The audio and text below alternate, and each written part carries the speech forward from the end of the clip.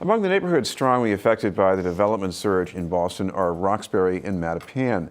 There's a new planning effort to make sure that surge happens with the greatest benefit for the community. That's the purpose of the Blue Hill Corridor Planning Commission, a new initiative of the Black Economic Justice Institute. To tell us about it are the commission's co-chair, Carole Montgomery, and the Institute's program director, Priscilla Flint-Banks. So thank you very much for being with us. Thank you for inviting us, Chris. We appreciate you. Priscilla, first of all, talk about the making of this commission. You've been working on it for 2 years. Why is it so important? It's very important, Chris, because as you know, Boston is the #1 gentrifying city in the country. And we are trying to keep our community, the members of our residents inside of Boston that want to stay in Boston. And it's very important that we have a say in development. It's not okay just to make plans down at City Hall or the State House and then come to the community and say, oh, well, this is what we want to do. We should have a say and a stake in it because we are stakeholders along that corridor. Carole, talk about the areas covered here in this corridor and why it's so important to get them all together. Mm-hmm. So the areas covered are Roxbury, which start at Dudley Street and Blue Hill Avenue, and they run through Dorchester and Mattapan. Each neighborhood is different as you drive down that corridor, and so one of the goals for us is to bring a more cohesive development approach to what goes on along Blue Hill Avenue, because it affects the neighborhoods and the communities that are surrounding it.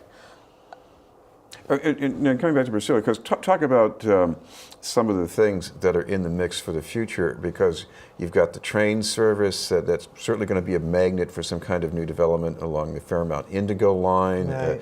You've got just the whole housing crunch, people trying to roll the dice on that. Right.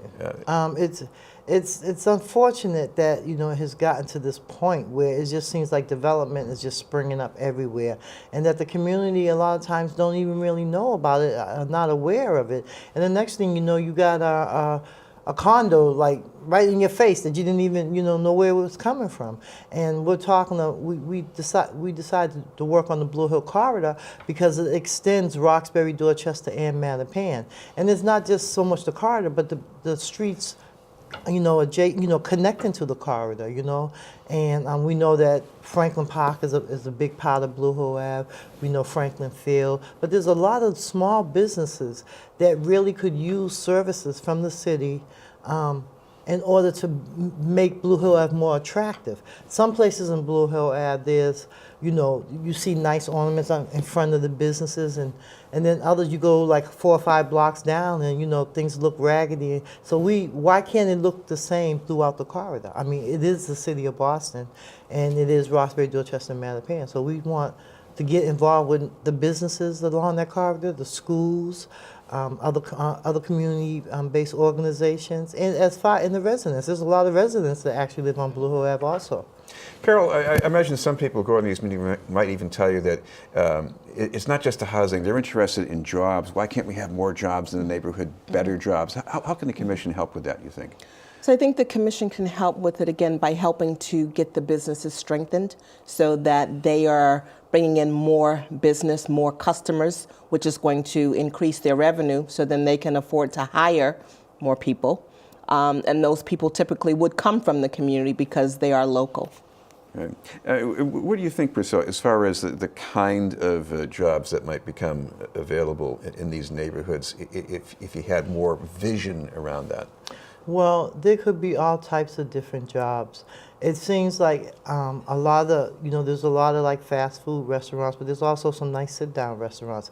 So it depends on what can be done. If a developer wants to come, say, and build a really nice restaurant along the corridor, or if they want to have, I don't know, a real nice service center or something where the community could be utilized. So there's a lot of different things that can be done. We have a lot of entrepreneurs, but sometimes they're not able to have like a brick and mortar.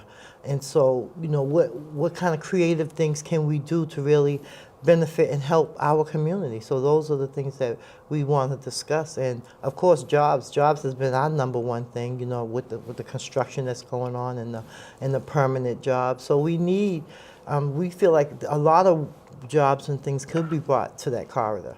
Carole, we have a lot of stories about somebody who proposes something for a location in a neighborhood and people don't like it, and it just fills a vacuum. But talk about the difference between that and the developer coming into a neighborhood and saying, no, this is not a vacuum. We have a map of things that we want here, and this either matches or it doesn't.